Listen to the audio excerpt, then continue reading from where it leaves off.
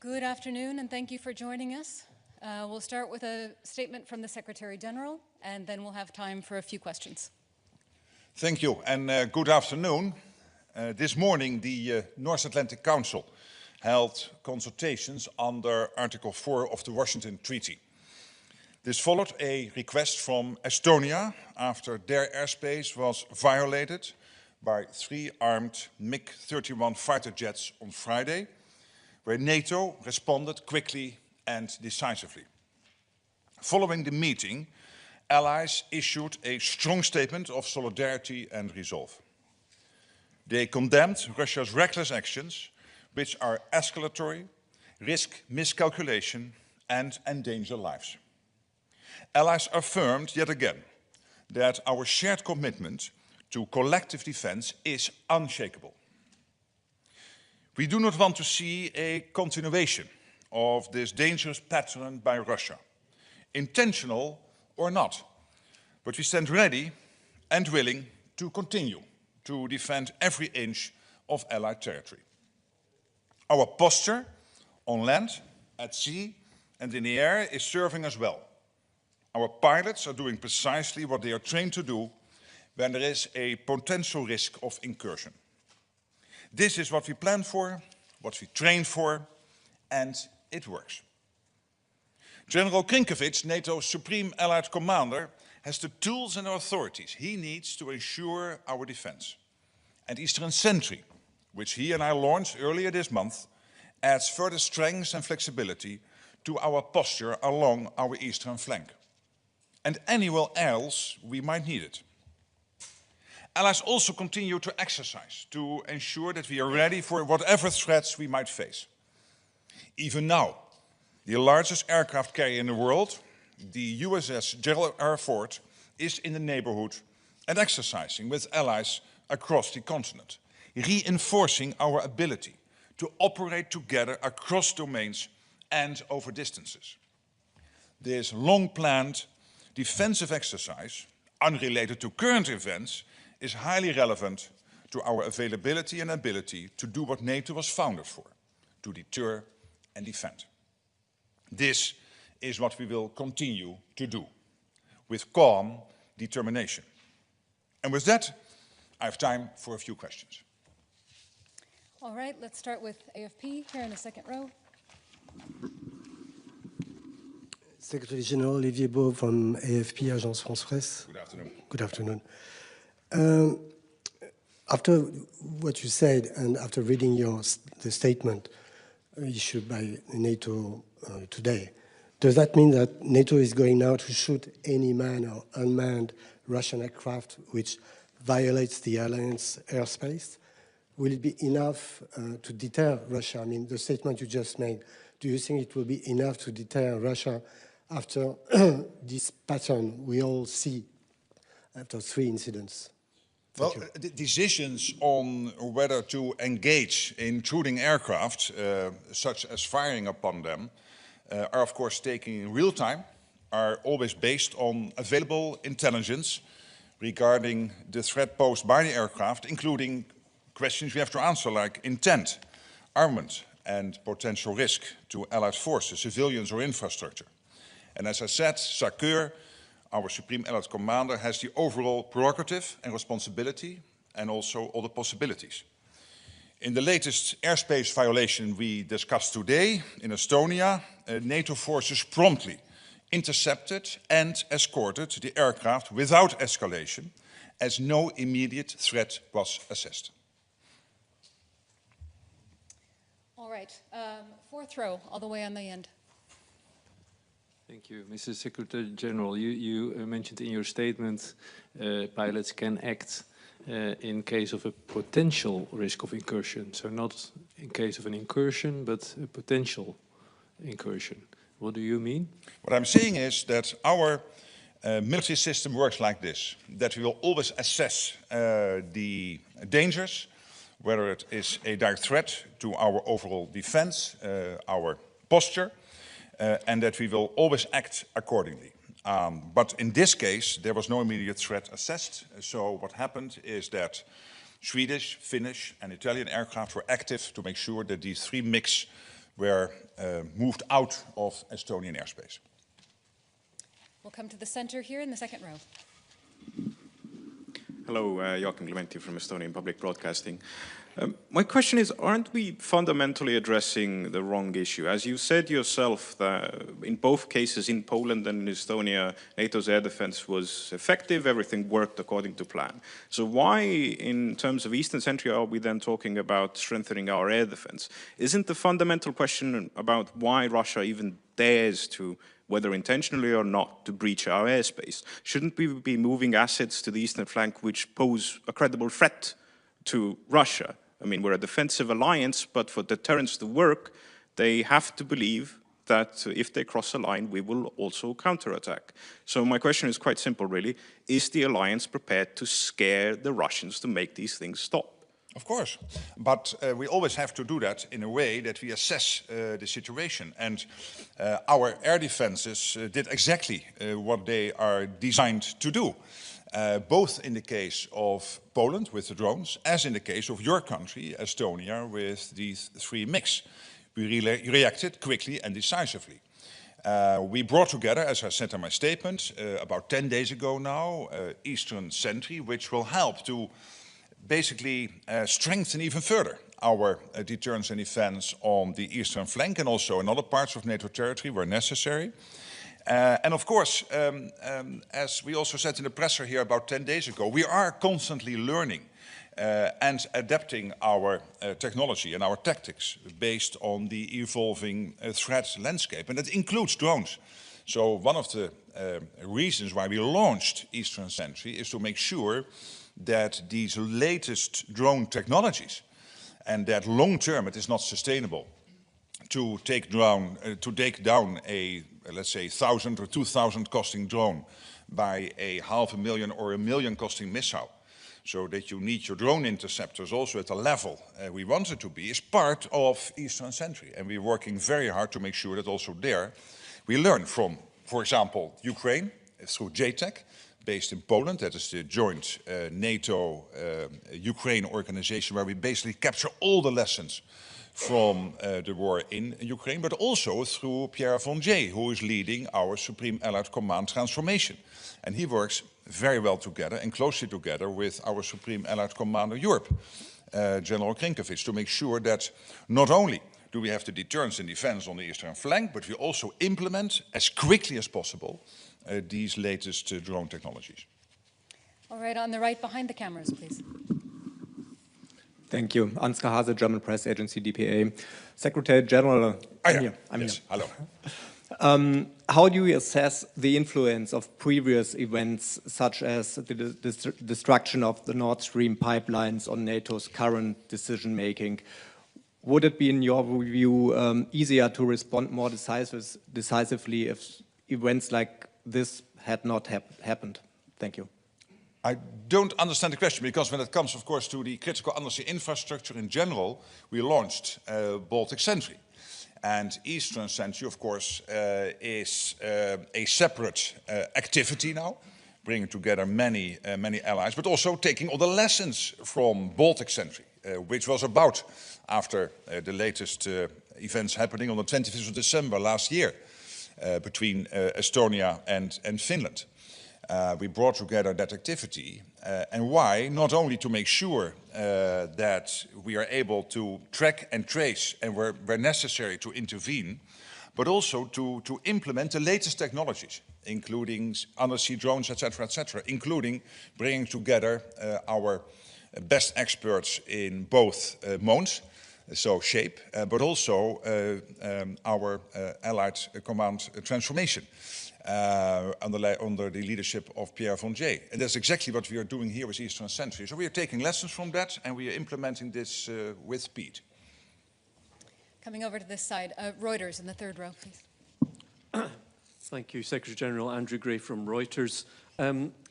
Are you, as part of reviewing what happened the other day, going to look again at rules of engagement, or are you confident that they are fine as they stand? And following up a broader question, NATO, at the heart of NATO is the idea of deterrence. At the moment, it seems like deterrence is not working because Russia is undertaking these incursions. So do you need to do anything more in order to make your deterrence more credible? Well, I think what the Russians saw is that we are willing indeed to defend every inch of Allied territory. It's exactly what happened in Poland when a Dutch F-35 shot down Russian drones. But also when it comes to Estonia, where thanks to the Finns and the Swedes and the Italians, we were able to escort these 3 MiG-31 out of Estonian airspace. And our message to the Russians is clear. We will defend every inch of Allied territory. We will make sure that we can always defend and deter where necessary. We are a defensive alliance, yes, but we are not naive. So we see what is happening. And whether it is intentional or not, if it is not intentional, then it is blatantly incompetence. Of course, even if it is incompetence, we still have to defend ourselves. The 4th row, the gentleman with his hand up there, 5th one in. Thank you very much. Antonio Fumagalli for Neue Zürcher Zeitung. Hi, Secretary General. A question, sorry, I'm too close. Is it politically wise to invoke Article 4 now within a couple of days twice? Because, of course, you are sending a signal to Russia, a signal of nervousness, maybe, and this will be listened like this in Russia, of course. And the more practical question about the incident in Estonia, what can you tell us about the Russian fighter jets? Were they armed, actually, in this moment? Thank you. Well, to begin with your first question, I think these 2 Article 4s are both warranted. And it had to do first with the impact of the drone threat to Poland. This was a multiple amount of drones, so this was different from some other incursions. So I think it was totally clear that the Polish government had to invoke Article 4, and I think it was very useful. And also here, when it comes to Estonia, last Friday, when you look at the location and the duration of the presence of these MiG-31 in Estonian airspace, I think it is absolutely warranted that we had this Article 4 consultation. But let me also make very clear that our Supreme Allied Commander has all the authorities he needs, that this alliance has all the capabilities it needs to, whenever the Russians, whether it is intentional or not, but blatantly, be it incompetence, but at least being reckless and being irresponsible, try to invade Allied airspace, NATO airspace, then we will react. They know, and we will defend ourselves. There's no doubt. The woman in the 2nd row. Thank you. Susana Fresh, SIC Portugal. You were mentioning a promptly response from NATO, but don't you think that 12 minutes of MiG-31 flying around Estonian skies is too much? Was it that fast? And you say that if there's a direct threat, NATO will respond. Does it mean that in that case you can shut down whatever is needed, as my colleague from AFP asked? And if I may, regarding what happened in Denmark, do you see any connection with these threats in Romania, Estonia, and Poland? Is there a link with what happened in Romania? To your first question, we will always react with calm determination, because we have all the defensive systems in place to make sure that we can defend every inch of Allied territory. That's what we have shown, both in the Polish case as well as in the Estonian case. And I really commend the fighter jet pilots from Sweden, from Finland, and of course from Italy, in the Estonian case, but also Germany and Italy and the Dutch when it comes to the Polish situation a week ago, for acting so decisively and so quickly. But of course, to the second half of your first question, as I said before, decisions on whether to engage intruding aircraft, including potentially firing upon them, will always be assessed based on all the elements I just mentioned.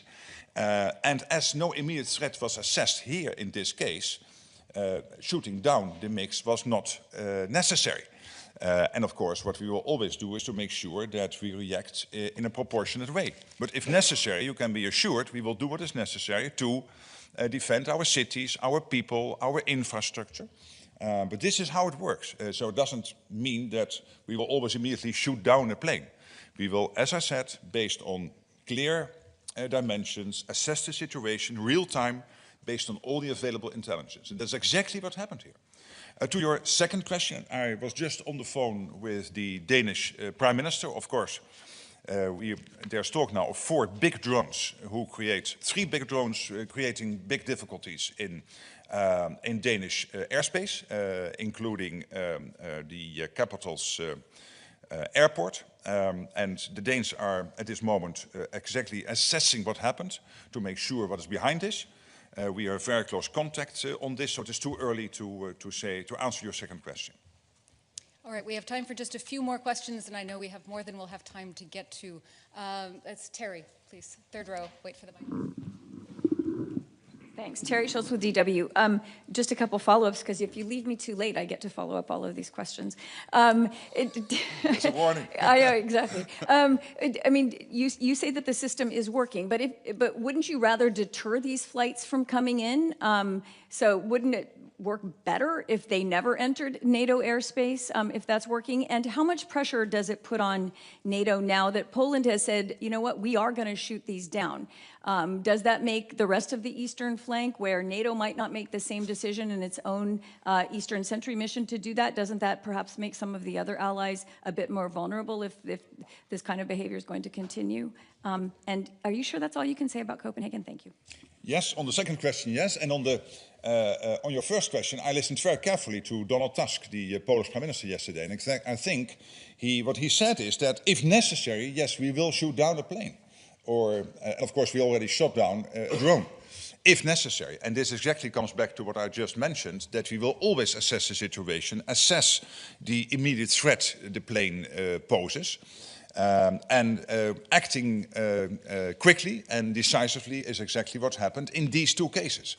And I'm really proud of our fighter jet pilots doing this, and our commanders in contact with them, coordinating all these activities.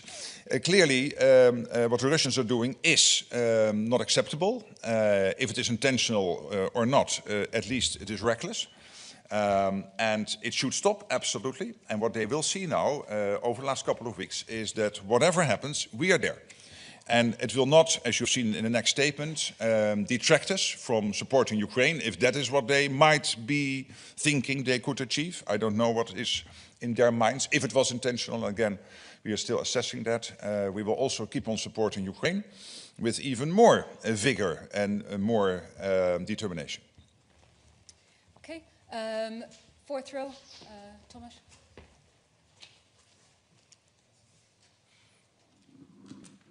Thanks for the question. Thomas Kuczka with Frankfurter Allgemeine Zeitung. Good afternoon. Good afternoon.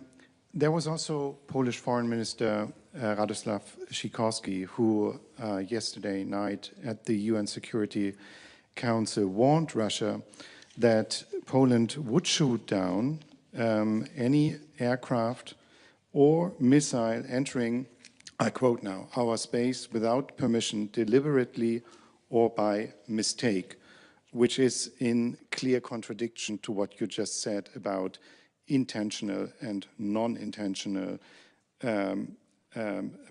patterns of behavior.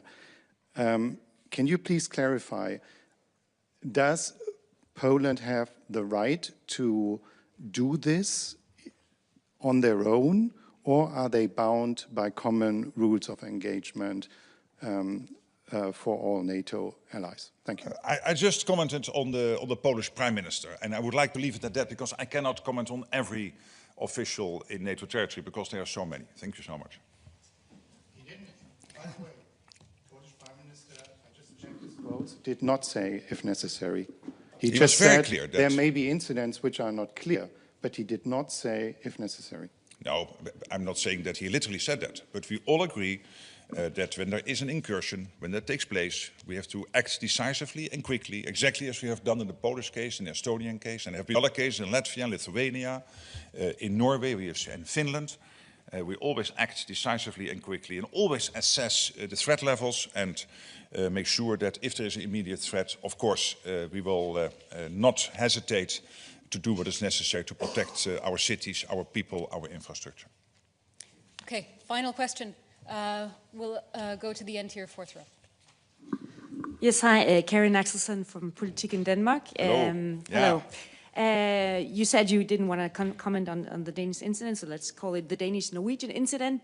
Is NATO, as you said, ready to act decisively on incidents like this, what happened in Copenhagen and in Oslo? And we're having 2 big summits next week in Copenhagen. Is it, what can we do? I mean, is a drone wall enough to deter these kind of incidents, whoever was behind it? Or do we need to step up with more action in NATO as well as EU things? Yeah, well, first of all, as I said, I spoke with the Danish Prime Minister, and of course also Denmark is still assessing what exactly happened and whether they can find out more. And of course we will help wherever we can, and all our allies will be involved in that, as is always the case when these serious incidents happen. To your more general question also about next week's meetings in Copenhagen, I think of the European Council and of the European political community, but also more generally when it comes to defending our airspace of NATO. As I said, and I think the Estonian and Polish case are proof of this. We will act decisively and quickly. We have. The system worked. SACEUR has all the authorities he needs in a trickle-down way to make sure that the commanders on the ground know what they need to do, and if necessary, to also take the ultimate decision, but only when there is an assessment that it is necessary. And that is what I meant with making sure that we always will work and act with calm determination. And that's what the Russians know, and the Russians know also that, if necessary, we will not hesitate. Thank you so much for coming here and for waiting a little bit longer, because the meeting was very good, but it took also a bit longer. Thank you so much. Thank you all.